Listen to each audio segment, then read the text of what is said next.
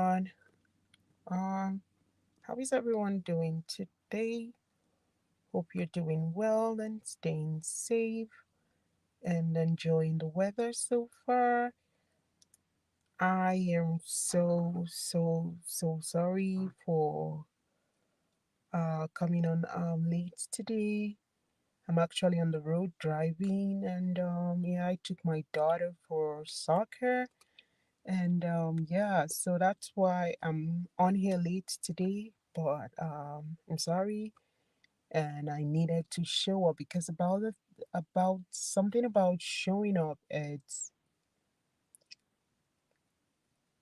that when you show up consistently, when you show up, it has a way of meeting the needs of other people and also meeting your needs as well too.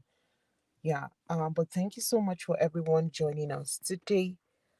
Um, Yeah, so the past week I've been talking about DBT. I've been talking about DBT, and last week had made mention of I made mention of the resist, and so today I'm just going to talk about the grounding skills. One thing about the grounding skill is that the grounding skills help with getting you to the here and now, which is the mindfulness. Because I think in one of our video series, when I had made mention of coping strategies, one of the strategies that I had made mention was mindfulness. So, what mindfulness does is that when we are overwhelmed with emotions, when we're overwhelmed with so many things going on and happening, what the grounding skill does is that it brings you into the present, and it stops you from going into that inner world where most times people get stuck because of the things happening, because of the overwhelming situation. So with the grounding technique, it's that it keeps you present, the here and now. And so part of using that technique is to bring you back into the present. So that is why we do the grounding skills. And I think one of our video had said with little kids, not just with little kids, too, with adults, young adults, the grounding skills will be the 5, 4, 3, 2, 1 technique, which is 5 things you can see, 4 things you can hear, 3 things you can smell, 2 things you can taste, 1 thing you can touch, right? But in this case tonight, I am just going to be talking about when we want to use the grounding skills, is that you're asking your teenager, you're asking your children, or even you as a young adult, you can ask like, describe what you can see. So you're engaging your child, you're engaging your youth into describing what they can see. So, so an example will be if you have a child that is, feeling overwhelmed with emotions, with a lot of things going on, you can ask the child to take in a deep breath, and then you can ask them to describe, what they can see, something visual, right? And so then the next step is the breathing. Spend 5 minutes just focusing on your breathing. You breathe in and you breathe out. And while you breathe in and breathe out, take it slowly. Pay attention. Focus your attention on your breathing, right? And then the next thing you can engage your child in, or maybe your youth, is the mindfulness of their body. Next, you observe how your body feels. Maybe if they are sitting, how does the body feel on the chair where they are sitting? And if they are standing, how does their feet feels on the floor, right? So, let's say, for instance, for a small child, or even for you as a young adult, or even as a parent, as a caregiver, taking off your shoe and placing your feet on the floor, and just pay attention to how it feels. Pay attention to to to what you're feeling. How does it feel? So that is just the mindfulness of the body as well too. And then the next step will be, observing with other senses, observing with other senses, observing with other senses. An example will be, we've talked about describing what you can see. We've talked about the breathing. We've talked about being mindful of the things you can, being mindful of the body, right? And so you can go further by engaging your child, or even engaging yourself, or even engaging your youth with, you know, suit, you know, relax with soothing. What are some soothing in terms of using your scent? Using scent.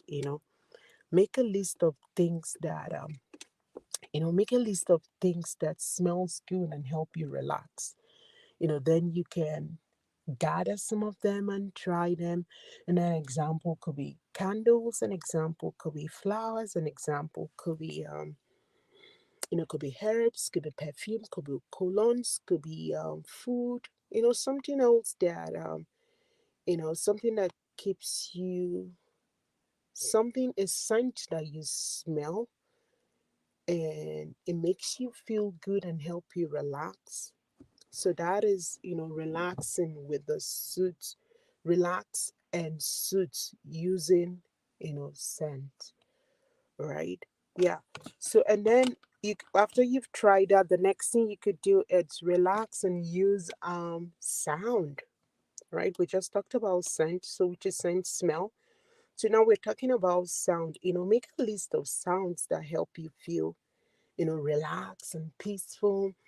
And so, with this, you could come up with a list of sounds of nature, maybe white noise, recording of your favorite person, anything that makes you feel calm, that makes you feel relaxed and peaceful. So you could engage, your teenager, you could engage your children, you could even engage yourself in coming up with this list. Download some songs on your smartphone. There's so many ways in which you can actually do this. Come up with a list, today, right? And then the last one which we could do on that will be touch. So, make a list of things that are pleasing to you every day, something you do that makes you feel good. It could be taking care of yourself, it could be having warm shower, it could be applying even soothing lotions, or even petting animals, or even having, like like a cuddly doll, like a teddy bear, something that when you touch you feel relaxed, or when your child touches they feel relaxed, right? So now let's just recap what I've said with regards to the grounding.